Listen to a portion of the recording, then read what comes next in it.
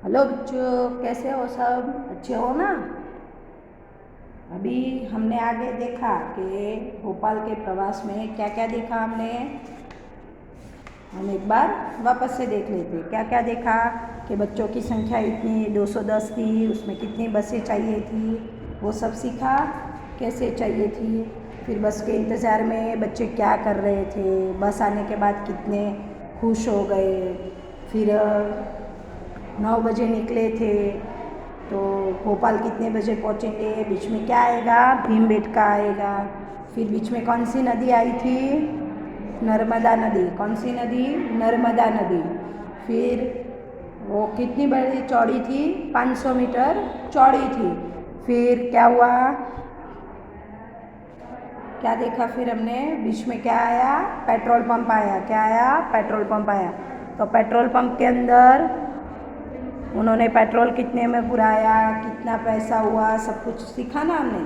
फिर उसके बाद क्या हमने सीखा कि भीमबेटका की ओर गए तो भीमबेटका में क्या था? गुफाएं थी। गुफाएं के ऊपर बहुत पुराने क्या थी? 100 साल 10,000 साल पहले के चित्र बनाए हुए थे। फिर कितने चित्र थे, कितने सांड थे, कितने हिरन थे, कितने लोग थे, सब कुछ था। अभी हम आगे का सीखते हैं कि भोजन का समय क्या है? भोजन का समय। तो बच्चों अब तक भूख लग चुकी थी, बच्चों को अब तक भूख लगी थी, इसलिए उन्होंने अपने अपने खाने के डिब्बे खोल लिए। बिस्कुट, संतरे और केले भी सभी बसों में बांटे गए। तो बच्चे जब जा रहे थे तो उनको बहुत टाइम हो गया, तो उनको भूख लग गई थी, तो खाने के डिब्बे खोले, उसके अंदर बिस्कुट, संतरे और केले भी थे जो बस में बांटे गए। हर एक बच्चे को एक संतरा, एक केला और 5 बिस्किट दिए गए। क्या क्या दिया? एक संतरा, क्या दिया? एक संतरा, एक केला और 5 बिस्कुट। ये सब आपको याद रखना, नहीं तो एग्ज़ाम में भी पूछ सकते हैं कि एक एक बच्चे को क्या क्या दिया था और कितना कितना दिया था। तो एक एक बच्चे को एक संतरा, एक केला और 5 बिस्कुट दिए गए थे। सभी बच्चों ने संतरे और बिस्कुट लिए, पर 38 बच्चों को केले नहीं मिले। क्या हुआ? सभी बच्चों ने संतरे और बिस्कुट मिल गए, संतरे और बिस्कुट सबको मिल गए, पर 38 बच्चों को केले नहीं। तो कितने बच्चों को केले नहीं मिले? 38 बच्चों को। तो कितने कितने संतरे, कितने बिस्कुट और केले बांटे गए? तो कितने बच्चे थे?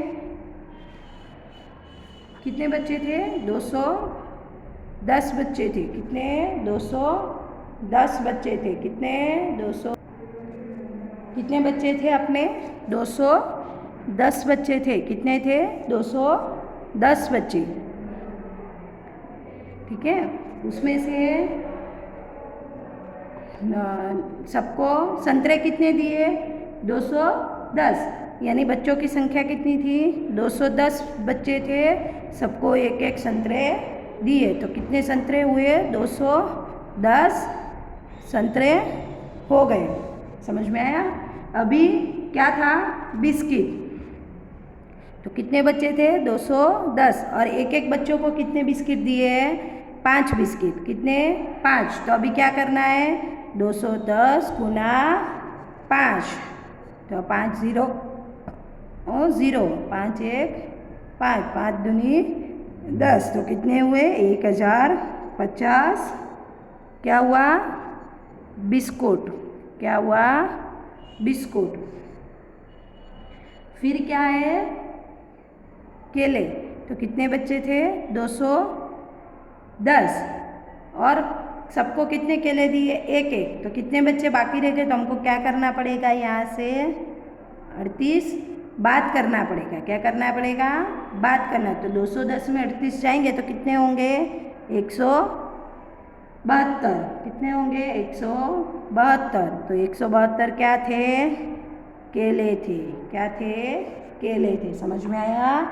कितने बच्चे थे? 210 बच्चे थे, 210 संतरे थे, बिस्कुट कितने थे? 1050, और केले कितने थे? 172 केले थे। अभी हम आगे का देखते हैं। तो कितने संतरे, कितने बिस्कुट और कितने केले बांटे? तो कितने संतरे बांटे? 210। बिस्कुट कितने बांटे? 1050 और 172। समझ में आया? चलो अभी हम आगे का देखते हैं। मंजीत और भानु ने जल्दी जल्दी अपना खाना खाया और समय बिताने के लिए पहेलियाँ बुझाने लगे। क्या किया उन दोनों ने? मंजीत और भानु ने जल्दी जल्दी जो संतरे, केले और बिस्कुट दिए थे वो फटाफट उन्होंने खा लिया और समय बिताने के लिए पहेलियाँ बुझाने, पहेलियाँ करने लगे। मंजीत, मुझे वह संख्या बताओ जो 100 और 150 के बिल्कुल बीच में पड़ती है। कौन सी? क्या बोला कि ऐसी कोई बताओ संख्या जो 100 और 150 के बीच में पड़ती है। तो भानु बोली 120 नहीं, 130 नहीं, यह 125 होगी। क्या बोला? 125 होगी। मंजीत, बिल्कुल ठीक। अब तुम पूछो। तभी और बच्चे भी उनमें शामिल हो गए। वे सभी तरह की पहेलियाँ बुझाने लगे। जो दोनों खेल रहे थे उसके अंदर दूसरे बच्चे भी आने लगे। मैंने 4 टॉफ़ी अपने 4 दोस्तों को बांट दी और 3 टॉफ़ी फिर भी बच गई। कुल कितनी टॉफ़ी मेरे पास हुई? क्या पूछा उसने? 4 टॉफ़ी दोस्तों में बांट दी, तो यानी 4 टॉफ़ी 4 दोस्तों को दी। कितनी टॉफ़ी? 4 टॉफ़ी 4 बच्चों को, यानी कितना हुआ? 16 हुई। उसके अंदर कितनी बची? 3 बच गई। ऐसा बोला ना उसने कि 4 टॉफ़ी अपने दोस्तों में बांट दी और उसके अंदर 3 टॉफ़ी फिर भी बच गई। तो कितनी टॉफ़ी हुई? 19। कितनी? 19। चलो अभी दूसरा देखते हैं। 3, 5 और 7 अंकों को मिलाकर तुम कितनी संख्या बना सकते हो? तो तुम 357 और 537 बना सकते हो। इसके अलावा और क्या बना सकते हो? तो कौन सी बना सकते हो? तो 375, 573, 735, 753 हो सकती है ना। चलो अभी नीचे का देखते हैं। एक संख्या में 8 जोड़ दिया जाए तो वह दुगनी हो जाती है। तो वह संख्या क्या है? ऐसी कोई संख्या है जिसके अंदर 8 जोड़ दिया, यानी उसके अंदर प्लस किया, तो 8 है, उसके अंदर 8 करेंगे तो कितने होंगे? 16। तो एक संख्या कौन सी है? 8 है, उसके अंदर 8 जोड़ दिया जाए तो वो कितनी हो जाती है? दुगनी हो जाती है। अभी आगे देखते हैं।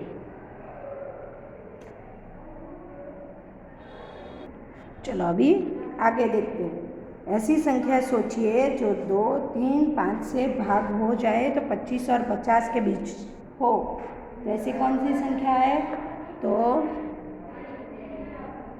2 गुनी 3 गुना 5, 2 तिया 6, 6 पंजा 30।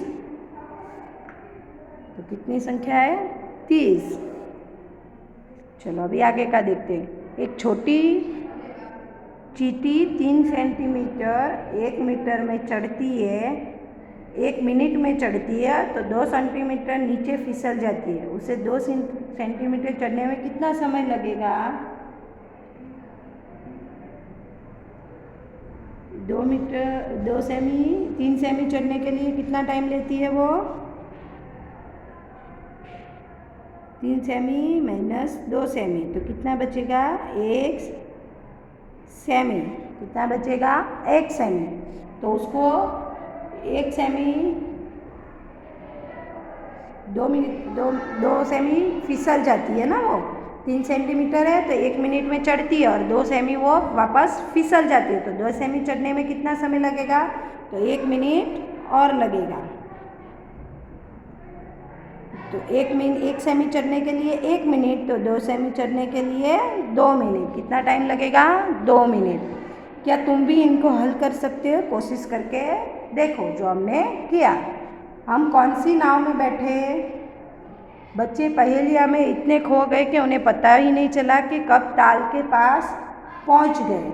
उनको पहेलिया में इतने खो गए थे, वो लोग इतनी मशगूल हो गए थे कि उनको पता ही नहीं चला कि वो कब तालाब के पास पहुंच गए। ये एक बहुत बड़ा तालाब था जिसके बीच में एक छोटा सा टापू बना हुआ था। तो ये ऐसा था जिसके अंदर ये टापू बना हुआ था। ताल उस समय बहुत सुंदर लग रहा था। उसमें बहुत सी बतखें शोर कर रही थी। कुछ बच्चों ने उन्हें पॉपकॉर्न खिलाई। हम जैसे तालाब के पास जाते हैं तो उसके अंदर बतखें होती है, तो क्या होती है, बतख को हम ममरे पॉपकॉर्न है वो खिलाते हैं। तो बच्चों ने भी क्या किया है, वो पॉपकॉर्न खिलाया है। उसके बाद आया सबसे मज़ेदार समय नाव में घूमने का। इसलिए उन्होंने नाव को चुनना था जो आसान नहीं था। क्या था, कौन सा समय आया, नाव में घूमने का। तो नाव चुनना था, वो आसान नहीं था। अभी आगे का हम कल सीखेंगे। ठीक है, तब तक बाय।